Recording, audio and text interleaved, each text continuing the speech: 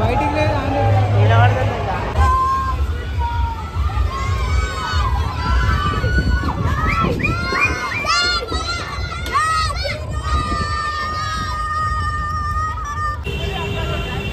मालूम है आपको? मलक में राइट को जाना सीधा एक इधर से टर्निंग है, बैग इधर से ले ली। हाँ इधर से जाना पड़ेगा। हाँ अरे इतना मन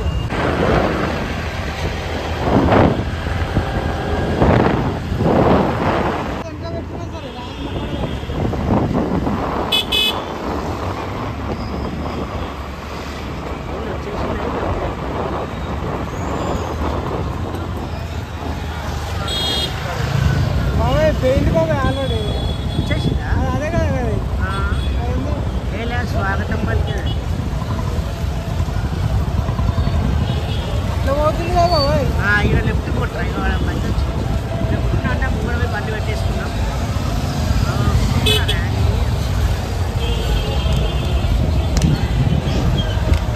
గల్లీలో కొట్టి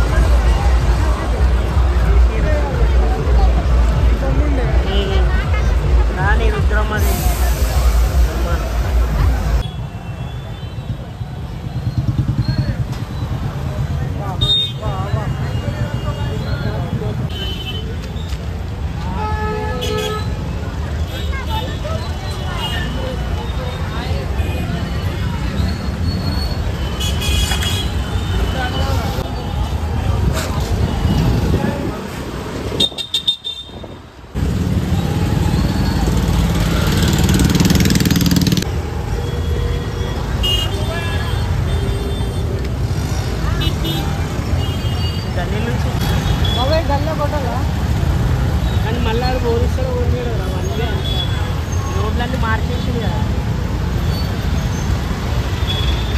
ఇలా కొట్టినా ర్యాలీ అది అంత మనం కూడా తీసుకోవచ్చు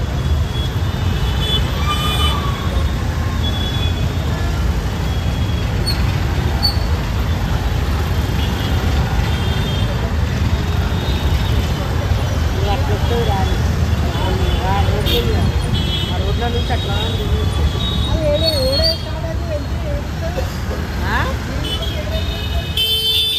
ఏ గుడికాడికి తీసుకోవద్దు నేను ఎప్పుడు పోలే గుడికాడికి మన సుల్తాన్ బజార్ అన్ని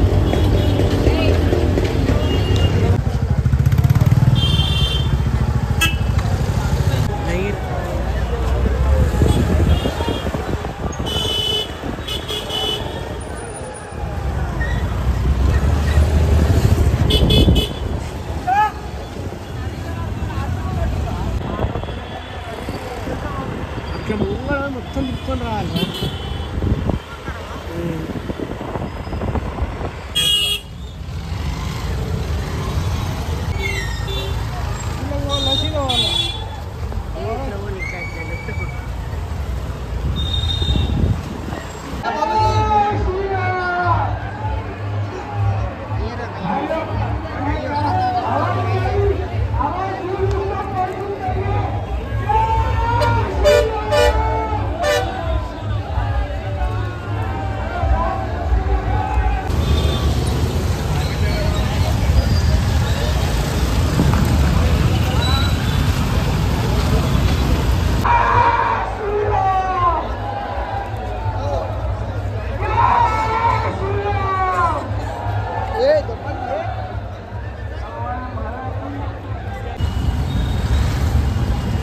రోజు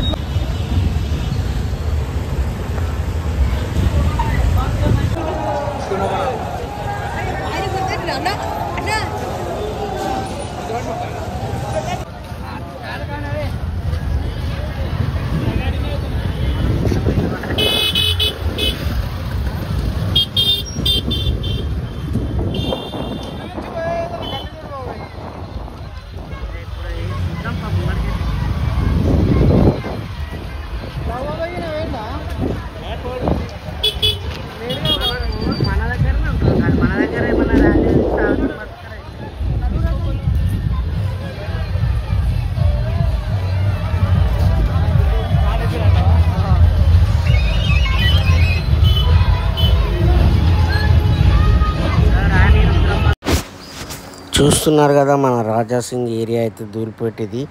మన రాజాసింగ్ వచ్చేసి 2009లో తెలుగుదేశం పార్టీతో తన రాజకీయ జీవితాన్ని ప్రారంభించాడు. మరియు 2014 వరకు మంగళహట్ నుండి గ్రేటర్ హైదరాబాద్ మున్సిపల్ కార్పొరేషన్కి జిహెచ్ఎంసీ ప్రతినిధిగా ఎన్నికయ్యాడు. ఆయన రాకముందు ఇది భారత జాతీయ కాంగ్రెస్కు బలమైన కోటగా ఉండేది. కానీ ఆయన వచ్చిన తర్వాత అయితే మొత్తం ఇక తెలుసుగా మనకి మన చేతులకైతే వెళ్ళిపోయింది. మనోడు అంతకుముందు మన ముఖేష్ గౌడ్ ఉంటుండే ఈ ఏరియాకి. ఇంకా మన గోషామాయిల నుంచి మన రాజాసింగ్ గెలిచినప్పటి నుంచి అయితే ఇక్కడనైతే ప్రతిసారి మన శ్రీరామనవమి శోభయాత్ర అయితే చాలా ఘనంగా నిర్వహిస్తారు, మనందరికీ తెలుసు. ఇక మనకు రాజాసింగ్ అయితే మనకి ఏంటంటే ఏప్రిల్ 15, 1977లో పుట్టాడు అతను. అయితే మన తెలంగాణ నుంచి మన హైదరాబాద్ నుంచి ప్రాతినిధ్యం వహించి ఎమ్మెల్యేగా కూడా ఇప్పుడు మనకు కొనసాగుతున్నాడు. భారతీయ జనతా పార్టీ నుంచి 2014, 2022, 2023లో గెలవడం జరిగింది. ఇంకా మనకు అప్పుడేమో మన ఏమంటారు తెలుగుదేశం పార్టీ ఉన్నప్పుడేమో చిన్న కార్పొరేటర్గా అయితే చేయడం జరిగింది. ఇక ఆయన భార్య వచ్చేసి ఉషా. మన రాజాసింగ్ ఉండేది ధూళిపేటలో పక్క గలీలో పెద్ద హనుమాన్ని కూడా నిర్మించడం జరిగింది. మనం అతి త్వరలో ఆ వీడియో కూడా మీ ముందుకు పెట్టబోతున్నాము. ఇక రాజాసింగ్ అయితే మన తెలంగాణ రాష్ట్రంలో భారతీయ జనతా పార్టీకి విప్గా కూడా పనిచేశారు. అదేవిధంగా ఇక్కడ చాలా అరుదైన వ్యాఖ్యలు కూడా చేయడం జరిగింది. ఒకసారి అదే మన లాస్ట్ టైం తీసినప్పుడు మొహమ్మద్పై చేసిన వ్యాఖ్యలు 2023 ఆగస్టు 23, 2022లో ఆయన పార్టీ నుండి సస్పెండ్ కూడా చేయబడ్డారు. కానీ మళ్ళీ అసెంబ్లీ ఎన్నికల్లో పాల్గొనేందుకు వీలుగా 22 అక్టోబర్ 2003 ఆయన సస్పెన్షన్ని రద్దు చేశారు. అక్కడి నుంచి మళ్ళీ మన రాజాసింగ్ అయితే విజృంభించడం జరిగింది. శోభయాత్రకు అయితే చూస్తున్నారు కదా, గల్లీలో అయితే మొత్తం అసలు చెమకాంచిపిచ్చేసిండు. పోలీసు వాళ్ళు కొన్ని లక్షల మంది భక్తులు అయితే రావడం జరిగింది శోభయాత్రకు అయితే. ఇంకా ఇక్కడ నుంచి అయితే మనం శోభయాత్ర చూస్తున్నాం. ముఖ్యంగా బేగం బజార్ ఉంది కదా, ఇదిగోండి ఈ బేగం బజార్ దగ్గరనైతే కొన్ని వందల వేల మంది మస్జిద్ ఉంది. మస్జిద్ పక్కన సందులో నుంచి అయితే మన ర్యాలీకి అనుమతి ఇచ్చి రూట్ మ్యాప్ని అయితే ఇవ్వడం జరిగింది. ఆ విధంగానైతే మెల్లమెల్లగా రాములవారి వారిది శోభయాత్ర అయితే ముందుకు సాగుతూ వెళ్తూ ఉంది. మనం చూడొచ్చు ఇక్కడైతే భక్తులు అయితే కొన్ని వందలు కాదు, వేలల్లో కాదు, లక్షలలో రావడం జరిగింది. సో మనం ఇక్కడ చూసినట్టయితే రాములవారి విగ్రహం కూడా ఎలా కనిపిస్తుంది చూస్తున్నారుగా. అక్కడి నుంచి రూట్ మ్యాప్ వచ్చేసి మళ్ళీ కోటి రోడ్డు ఉంది కదా, మన కోటి రోడ్కి అయితే వస్తుంది. మన బేగం బజార్లోకి ఎంటర్ అయినాక మస్జిద్ గల్లీలో నుంచి అట్లా తిరుక్కుంటూ గౌలీగూడ రోడ్డు ఉంటుంది. అంటే మన ఎంజీబీఎస్కి ప్లస్ కోటికి మధ్యలో ఒక రోడ్డు ఉంటుంది. ఆ రోడ్లో నుంచి అయితే ఇట్లా వచ్చి కోటి రోడ్డు ఉంటుంది, కోటి జంక్షన్ నుంచి మళ్ళీ ఇట్లా ముంగం నుంచి పోయి మన ఆంధ్రా బ్యాంక్ రోడ్డు ఉంటుంది, ఆ నుంచి రైట్ తీసుకొని హనుమాన్ వ్యాయామశాలకు అయితే మన ర్యాలీ అయితే పెద్ద ఎత్తున ముందుకు సాగడం జరిగింది. సో మనకు ఇంకా శోభయాత్ర విషయానికి వస్తే మనం అయితే శోభయాత్ర చూస్తున్నాం. ప్రతిసారి అయితే రాజాసింగ్ చాలా అద్భుతంగా నిర్వహిస్తున్నాడు. అయితే ఇక్కడ మనము చూసినట్టయితే ఈ ర్యాలీకి అయితే అసలు ఎక్కడికి వెళ్ళినా ఏ రోడ్డు వెళ్ళినా కూడా బంద్ ఉంది. పోలీసు వాళ్ళు కూడా చాలామంది ఉన్నారు, చాలా వేలల్లో 20,000 మంది బందోబస్తు ఉన్నారని మనకు సమాచారం. సో పోలీసు వాళ్ళు కూడా ఎక్కడికక్కడ పబ్లిక్ని అయితే రానియకుండా కట్టడి చేశారు. ఇక్కడ చూస్తారు కదా, నృత్యాలతోటి జై శ్రీరామ్ అనుకుంటూ డ్యాన్సులు అయితే ఆడుతున్నారు. డీజేలు పెట్టి ఫుల్ డ్యాన్సులు ఆడుకుంటూ నృత్యాలు చేసుకుంటూ అయితే ముందుకు వెళ్తున్నారు. అదేవిధంగా పోలీసు వాళ్ళు కూడా చాలా మంచి బందోబస్తును అయితే ఇవ్వడం జరిగింది. ఆ బందోబస్తుతోటే చాలా ముందుకు సాగడం జరిగింది. అదేవిధంగా ఆదివారం అవ్వడం, హాలిడే అవ్వడం కూడా చాలామందికి ప్లస్ పాయింట్ అండ్ చాలామంది రావడం కూడా జరిగింది. అదేవిధంగా ఈరోజు మనకు తెలుసు మ్యాచ్ కూడా ఉంది, మన హైదరాబాద్ వర్సెస్ గుజరాత్ మ్యాచ్ కూడా జరుగుతుంది. ఆ మ్యాచ్లో మన గుజరాత్ అయితే పై చేయి చూపించింది, మనందరికీ తెలుసు. సో ఇక్కడనైతే ఇంకా చాలామంది అయితే కొందరు మిస్ అయ్యి మ్యాచ్కి కూడా పోవడం జరిగింది. అయినా కూడా ఇక్కడికి చాలా లక్షలలోనైతే వచ్చారు. ఈ లక్షల భక్తులు అయితే వచ్చి పాల్గొనడం జరిగింది. రాజాసింగ్ తీసేటువంటి ర్యాలీ అయితే మామూలు ర్యాలీ ఉండదు. ఈ ర్యాలీ ద్వారానే చాలా హైలైట్ అయ్యాడు. అంతకుముందు గోశాల అంటే ఎవరైనా అంటే గోవులను తరలించేటప్పుడు అడ్డుకోవడం ద్వారా మన ఏమంటారు కార్పొరేటర్గా ఉన్నప్పుడు హైలైట్ అయ్యాడు. ఆ తర్వాతనే ఎమ్మెల్యే టికెట్ ఇచ్చి మనకి ఉషా మైల్లో అయితే మంచి మైలేజ్ అయితే వచ్చింది. అప్పటి నుంచి ఇప్పటి వరకు ఎమ్మెల్యే కొనసాగుతున్నాడు. మంచి పేరు కూడా ఉంది. సో మనం చూస్తున్నాము రామనవమి అదే శోభయాత్ర అయితే సాగుతుంది. జెండాలు పట్టుకొని ఎక్కువగా యూత్ అయితే బాగా శోభయాత్రలో పాల్గొనడం జరిగింది. ఆ విధంగా రామనవమిని అయితే చాలా అంగరంగ వైభవంగా జరుపుకోవడం జరిగింది. మనం చూస్తున్నాము. అలాగే ఎక్కడికక్కడ స్టేజీలు పెట్టేసి స్వాగతం పలుకుతూ ముందుకు సాగండి అంటూ స్వాగతం పలుకుతున్నారు. ఇక్కడ చూడొచ్చు మనం చావా సినిమాలో ఉన్నటువంటి శంభాజీ స్టాచ్యూ కూడా మనకు ర్యాలీలో కనిపిస్తుంది. కూడా ఛత్రపతి శివాజీ వెనకనే శంభాజీ ఉన్నాడు, వాళ్ళ అబ్బాయి. ఆ సినిమాలో ఉన్నటువంటి ఏదైతే ఉందో ఆకారం అయితే మనకు ర్యాలీలో మనకు కనిపిస్తుంది. ఈ విధంగా అయితే మనకు చాలా వెనకాల విగ్రహాలు కూడా కనిపిస్తున్నాయి. అట్లా మెల్లమెల్లగా అయితే ముందుకు సాగుతున్నారు.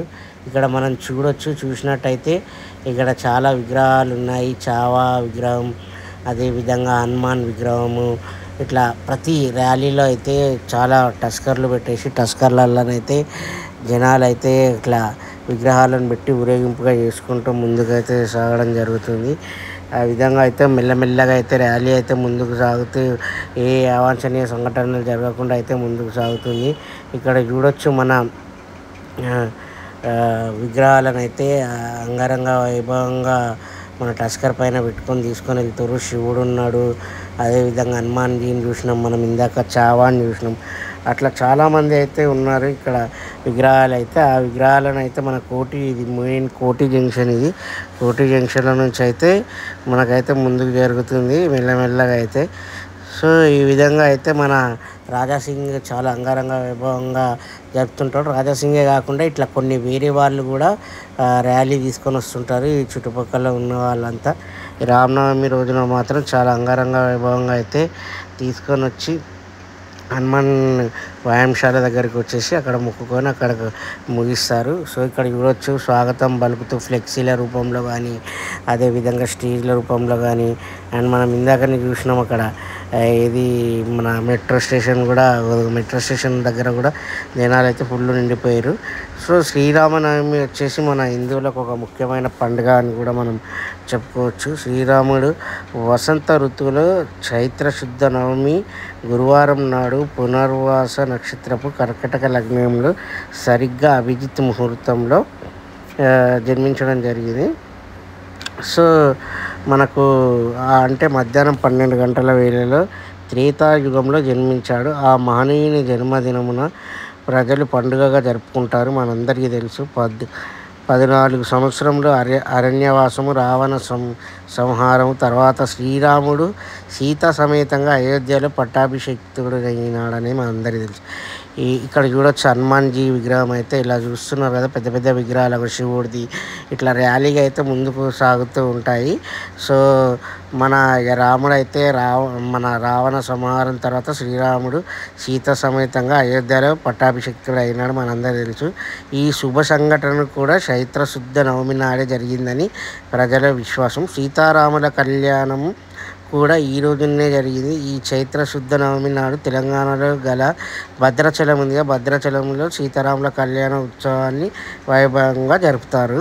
సో అట్లనే ఇట్లా మన హైదరాబాద్లో కూడా గల్లీలా మన సీతారాముల కళ్యాణం చేసి ఆ తర్వాత సాయంత్రం అయితే ఊరేగింపుగా ర్యాలీగానైతే మన ప్రతి గల్లీలో అయితే తిప్పి శ్రీరాముడిని అలాగే సీతాదేవిని విగ్రహాలను పెట్టుకొని అలాగే మనం చూస్తున్నాం చాలా విగ్రహాలు అయితే అలా ర్యాలీగా వెళ్ళేసి ఊరేగింపుగా చేసి ప్రజలందరికీ కనువిందుగా భక్తులందరికీ అయితే దర్శనం ఇప్పించి మొత్తం ప్రతి గల్లీలో అయితే తిరిగి ఆ విధంగా శ్రీరామనవమిని అయితే ముగించడం జరుగుతుంది. సో రామాయణంలో మనం చూసినట్టయితే అయోధ్యకు రాజైన దశరథుడికి 3 భార్యలు కౌసల్య, సుమిత్ర, కైకేయి. ఆయనకు ఉన్న బాధ అంతా సంతానం గురించే. సంతానం లేకపోతే రాజ్యానికి వారసులు ఉండరని అప్పుడు వశిష్ఠ మహాముని రాజుకు పుత్రకామేష్టి యాగం చేయమని సలహా ఇస్తాడు. ఋష్యశృంగ మహామునికి యజ్ఞం నిర్వహించే బాధ్యతను అప్పచెప్పమన్నాడు. వెంటనే దశరథుడు ఆయన ఆశ్రమానికి వెళ్ళి ఆయనను తన వెంట అయోధ్యకు తీసుకొని వచ్చాడు. ఆ యజ్ఞానికి తృప్తి చెందిన అగ్నిదేవుడు పాయసంతో నిండిన ఒక పాత్రను దశరథుడికి ఇచ్చి భార్యలకు ఇవ్వమని అంటాడు. దశరథుడు అందులో సగభాగం మొదటి భార్య కౌసల్యకు, రెండవ సగభాగం చిన్న భార్య అయిన కైకేయికి ఇచ్చాడు. వారిద్దరూ వారి వాటాలు సగం మిగిల్చి రెండో భార్య అయిన సుమిత్రకి ఇచ్చారు. కొద్ది కాలానికే వారు ముగ్గురు గర్భం దాల్చారు. చైత్రమాసం 9వ రోజున నవమి నాడు మధ్యాహ్నం కౌసల్య రామునికి జన్మనిస్తుంది. అలాగే కైకేయి భరతుడికి, సుమిత్ర లక్ష్మణునికి, శత్రుఘ్నులకు జన్మనిస్తుంది. శ్రీరాముడు ధర్మ సంస్థానార్థం అవతరించిన శ్రీ మహావిష్ణువు యొక్క 7వ అవతారం రావణుని అంతమొందించడానికి అవతరించాడని మనం పురాణాల్లో చదువుకున్నాం. అదేవిధంగా ఇప్పుడు జరుగుతున్నటువంటి మన ప్రజెంట్ కూడా చాలామంది మనకు ఎవరైతే అన్యాయాన్ని అక్రమాలను చేస్తారో వాళ్ళందరినీ రూపుమాపేందుకు మనకు చాలామంది అయితే ఇట్లా ఈ శ్రీరాముడి రూపంలో పుట్టి వాళ్ళనైతే అంతమొందిస్తున్నారు అని చెప్పి అందరూ నమ్ముతూ ఉంటారు. మనం ఎక్కువగా జై శ్రీరామ్ అనుకుంటూ ముందుకైతే అందరు సాగుతూ ఉంటారు. అలాగే మన హనుమాన్ అతి బలవంతుడు, మన రామునికి నమ్మిన బంటువుగా అయితే ఉండడం జరిగింది. సో ఆ విధంగా అంటే మన శ్రీరాముడి చరిత్ర ఆ విధంగా కొనసాగింది. ఎప్పుడు మంచి కోసమే పనిచేయడం జరిగింది. మంచి అనేది అందరికీ పంచిపెట్టడం ద్వారా అందరిలో మనకు నిండుకుపోయింది. ఎప్పుడు మంచిని నమ్ముకుంటూ ముందుకు సాగాలి. చూస్తున్నాగా శ్రీరాముని విగ్రహం అయితే ఎలా ఉందో చాలా అద్భుతంగా విగ్రహం అయితే ఉంది. సో మనమైతే చూసాం కదా ఈరోజు వీడియోని.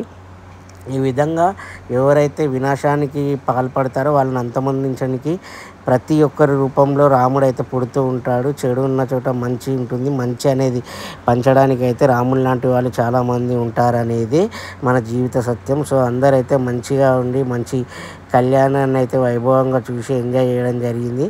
మీరు కూడా మంచిగా ఉండి ముందుకు సాగాలని కోరుకుంటున్నాము. అదేవిధంగా మన తెలంగాణ వీడియోస్ని అయితే ఇట్లా మన జెండా శ్రీరాముడి జెండాని ఎలా తిప్పుతున్నాడో అలాగా మీరు కూడా అందరికీ లైక్లు షేర్లు చేసి అందరి దగ్గర తిప్పి మా వీడియోస్ని అయితే వైరల్ చేయాలని కోరుకుంటున్నాము. ఇంకా మీకు మంచి మంచి వీడియోస్ అయితే మేము తెచ్చి పెడతామని చెప్పి మీకు డంకప్రదంగా అయితే చెప్తున్నాం.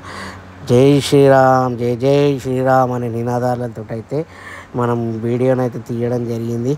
కొన్ని సెన్సార్ అంటే మనకు యూట్యూబ్ సెన్సార్ ఉంటుంది కదా, వేరే మ్యూజిక్లు ఉండొద్దు.